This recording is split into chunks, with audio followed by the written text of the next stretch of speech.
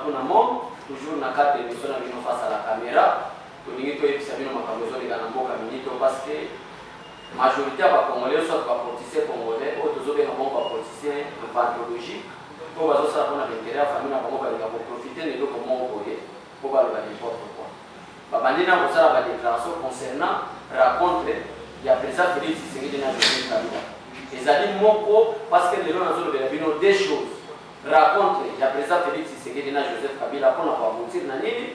Et après 24 heures, il y a rencontre il y a Félix Tshisekedi na Joseph Kabila. Tout le monde dit que le président centrafricain na Tonga Lelo Aza en direct et en CD. Na président Félix Tshisekedi pour la Solola. Un bon analyste à Salaba. Comment est-ce que Joseph Kabila, ancien président de la République, et Félix Tshisekedi, le président entrant élu démocratiquement par les élections du 30 décembre 2018, Bakutana et étant dans la coalition. Pourquoi on a dit un sujet très important, tout soit dans les réseaux sociaux, et comme il est ceux qui Félix Tshisekedi a bloqué Moussa développé Kabila. Parce que n'a rien à voir. Et chaque Congolais partout, nous avons la mission partout, nous avons Moka Oyo, et ça, nous avons la mission. Et ça, la bataille à Mouka. Et ça la bataille à cash, et ça la bataille à FCC. Si réellement, aux Congolais, c'est que vous Moka Oyo, et ça, nous avons la mission. Tout ça, nous avons à part la République démocratique du Congo. Attaquer le président Félix Tshisekedi, le président Félix Tshisekedi, au nom de la démocratie, au nom de l'état des droits. Attaquer le président Félix Tshisekedi, ceux qui ont dit que non, le président Félix Tshisekedi a violé la Constitution. Parce que l'état des droits, c'est la Constitution qui décide, c'est le peuple qui est souverain. Non, vu la Constitution de la République démocratique du Congo, vu les principes que ça fait ici dans le président a violé. Mais quand nous voyons la diabolisation dans la télévision, tant que le président Félix Tshisekedi avec ici Joseph Kabila, Malamoko au sein de la diabolisation, on a expliqué que non, Félix Tshisekedi a été dans l'expertise de Joseph Kabila.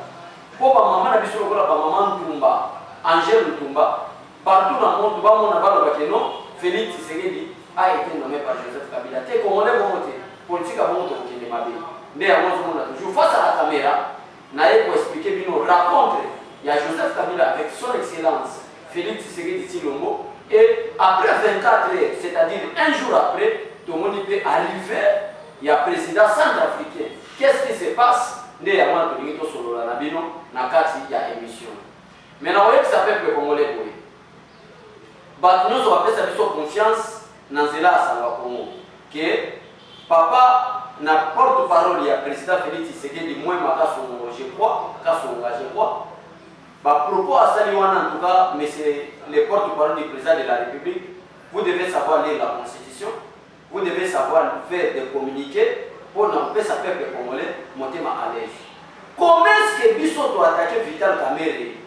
La Constitution est claire. Il n'y a que le président de la République qui est le garant de la nation. C'est clair. Ce qui est président de la République a mis peut-être la présidente de l'Assemblée nationale. C'est aussi une personnalité de une haute personnalité de la République. Ce qui est président de la République a mis peut-être le Premier ministre.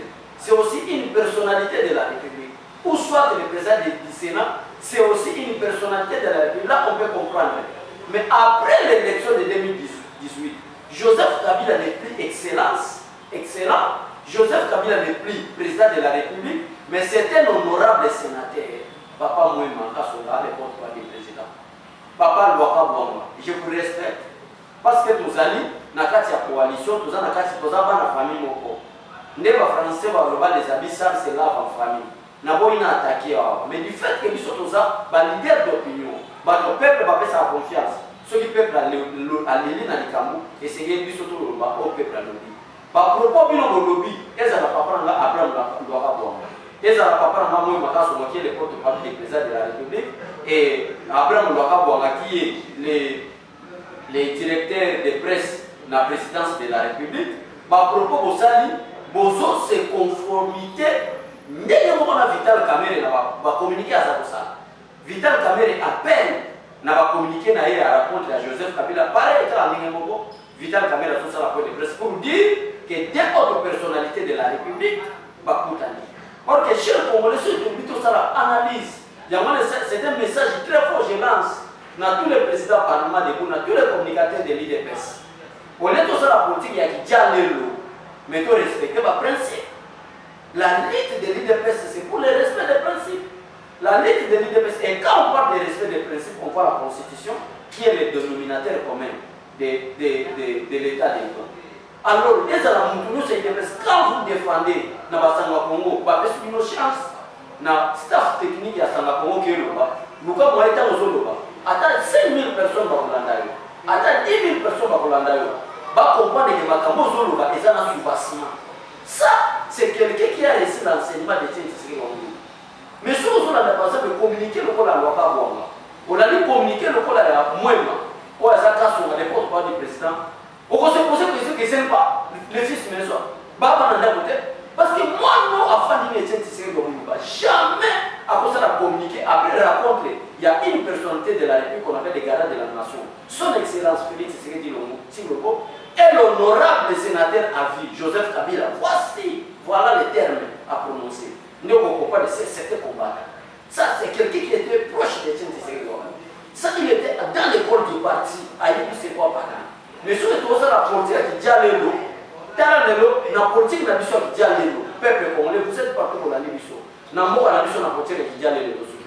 Raïs, son excellence, Chikaka, Sisamidimu, Mubutu Seseko, Kukumbondo, Wanzabanga, Nakidja l'élo, Bazaro Salé, Mubutu Mokezela, mais nous, par contre, à l'IDPS, et c'est quelque chose qui dit à l'élo.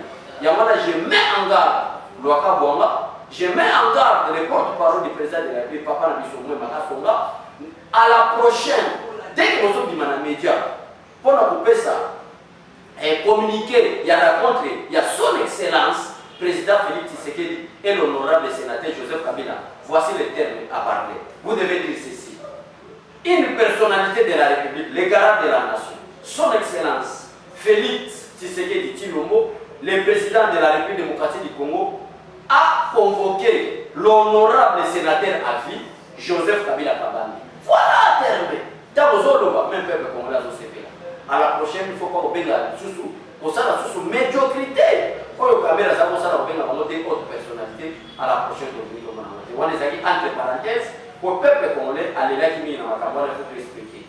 Et ça n'a pas nous sommes dans la sous benga même dans la Suisse.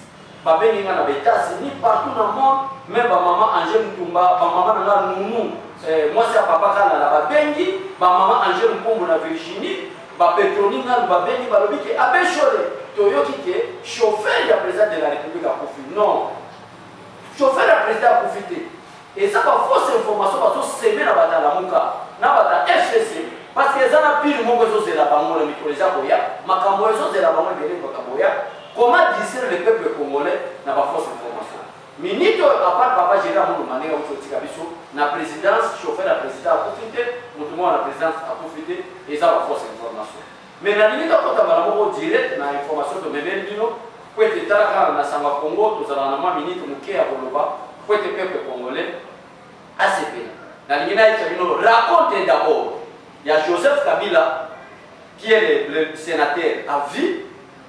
Pourquoi Babengui d'abord sénateur à vie? Parce que selon la constitution congolaise, c'est le président qui a été élu après son dernier mandat. La constitution va payer un titre honorifique, sénateur à vie. C'est la raison pour laquelle c'est un titre constitutionnel reconnu à un individu qui était président de la République. À la fin de son mandat maintenant, la constitution lui donne un titre honorifique. Il y a un débat de sénateur à vie. Alors, le sénateur a vu Joseph Kabila, l'honorable sénateur Joseph Kabila, qui a été convoqué par le président de la République. Quel était l'objectif? Dans le communiqué final, peut-être le peuple congolais va comprendre la diplomatie. Par exemple, il y a le dossier à Cameroun. Par exemple, il y a le dossier, il y a Covid-19. Des fausses informations malgré les officiers. Est-ce que pour parler de Covid, Félix Tshisekedi peut convoquer Joseph Kabila? Non! Parce que Joseph Kabila n'est pas le ministre des Santé. Ça, c'est la politique. Ça, c'est la diplomatie. Ne donnez pas des choses d'État dans votre union soyez. Mais le point, la Ligue qu'est-ce qui se passe? Les racontes du président Félix Tshisekedi, son excellence, le président de la République Félix Tshisekedi avec l'honorable sénateur Joseph Kabila. Et après un jour, 24 heures, la rencontre, en direct enseigne. Tout le monde dit que la présence, il y a président de la République centrafricaine. Qu'est-ce qui se passe? Et dans le moment où confinement, les années internationales, France a bougé, États-Unis ont bougé, Congo a bougé. Mais nous avons découvert la présence du président centrafricain à Congo après rencontre. Il y a son excellent président Félix Tshisekedi Tshilombo et Joseph Kabila. Qu'est-ce qui se prépare? Bon, ben, la bako tabana bolanda, bon, l'information, bon, s'abonner, bon, yeba makamunini, et zo salema, makamoto yebisa bino utakala. Que makama mabezo ya, mais amabe pour la batumususu, mais amala pour l'intérêt à peuple congolais, et zo a déposé des yamouana zoyo. Qu'est-ce qui s'est passé? Bakosi bino balobio, babenga qui dossier à Kamere. Or, le président Félix Tshisekedi vous a promis une justice indépendante. Le président vous a promis une justice indépendante. Kamere n'a pas de problème avec Félix Tshisekedi, moi encore avec l'IDPS. Mais Kamere a des problèmes avec la justice congolaise. Mais pourquoi communiquer dans les réseaux sociaux? Félix Tshisekedi, le dossier à Kamere, le Kouta, le dossier à Kamere. Mais raconter, il y a un bref, raconter, il y a le président Félix Tshisekedi, son excellence, le président Félix Tshisekedi et Joseph Kabila, Bazana pour préparer après confinement, Mbokanini Kabila a donc exil. Voilà peuple congolais, Makamnaza Boye Bisabinonde, Kabila donc présence, il y a président, il y a Centrafrique Nakacha Congo, envoyé par les États-Unis, envoyé par des pays voisins, qui est derrière ça, président Joseph Kabila, Nakana, il y a président Félix Tshisekedi, Kabila de Banda Mboka. Une année, après une année à pouvoir, à cause de la Mboka, Baluba Mboka Nini, il y a aucun exil. Kabila a aucun exil, Karate, dans Mbomoko, il y a un pays, il y a 4 Afrique. Il y a après la rencontre, il y a président Félix Tshisekedi avec Joseph Kabila. C'était hier, mardi, n'est-ce pas? C'était hier mardi, et aujourd'hui c'est mercredi. Il y a hier mardi, avec Kabila, on a voyé ce matin, et l'autre mercredi, pour une présence, il y a président, il y a Centrafrique, et c'est là peuple congolais, pour la Kabila qui l'exil. Donc, ma Covid-19, ma oh, problème vital Kamere, ça là est plus faible, boutique à la faible. Mais il y a des ils ont été Kabila à qui est exil. Il y a hier, il a rencontré Joseph Kabila, et après vous racontez Joseph Kabila, Kabila a accepté, parce qu'à mon dossier danger, et so il a maintenant Kabila a accepté. Il a accepté, pourquoi le président centrafricain, on a planifié cela, comment est-ce que Kabila a dit.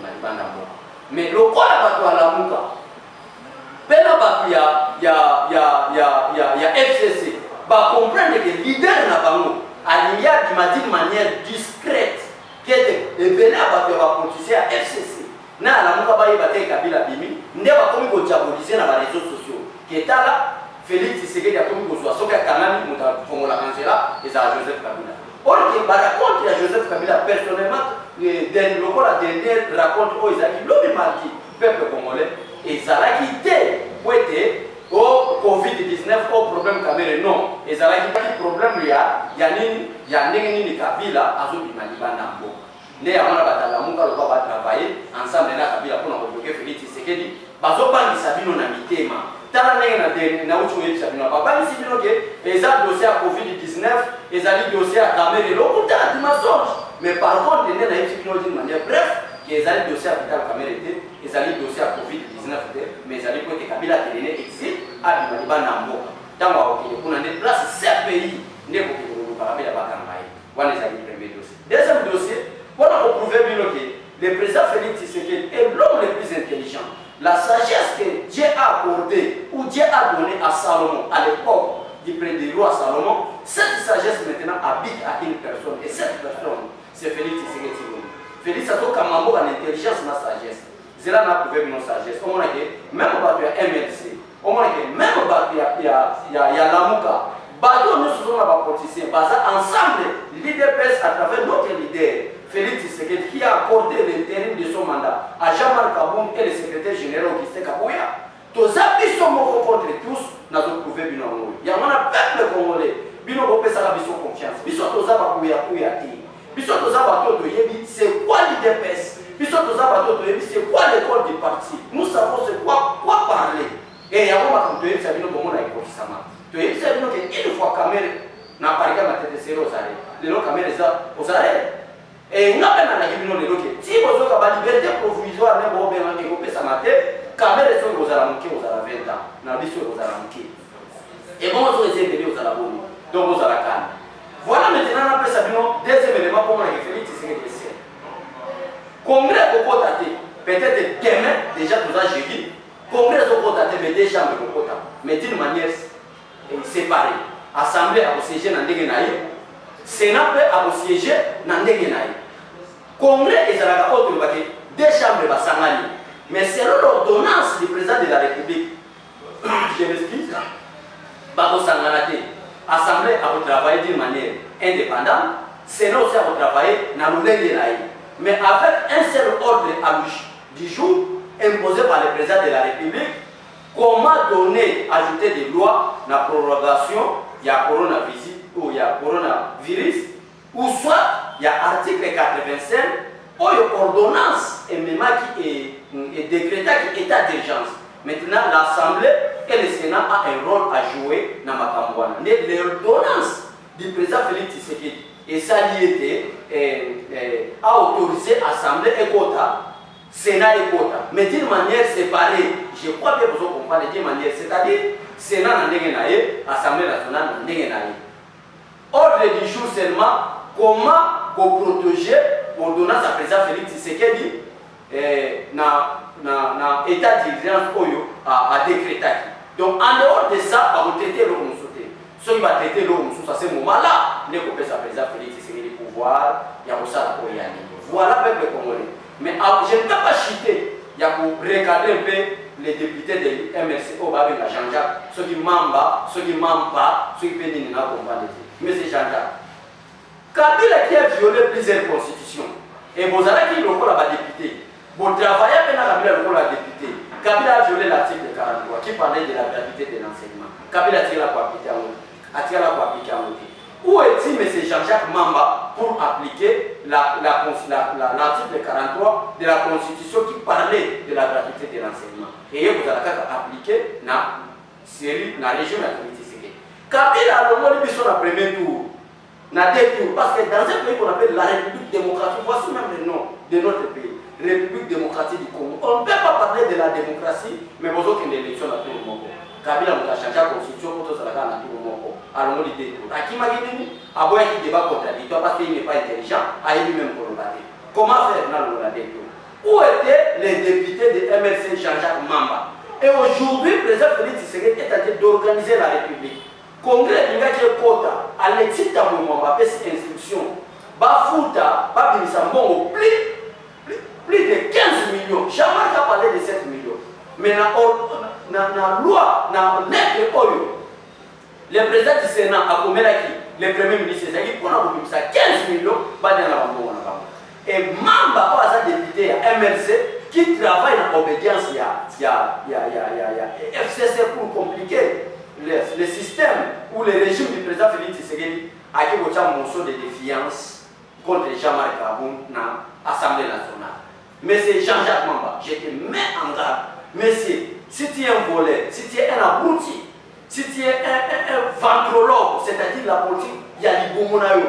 Moi, je te mets en garde, mais c'est Jean-Jacques Mamba. Toucher Jean-Marc Kaboun, c'est toucher le peuple congolais. Parce que Jean-Marc Kaboun est l'un des grands politiciens au pays qui parle pour l'intérêt général. Mais toi, si tu es la Mamba, tu parles ou tu fais la politique pour l'intérêt de ta famille. Alors faites attention, osez à toucher Jean-Marc Kaboun.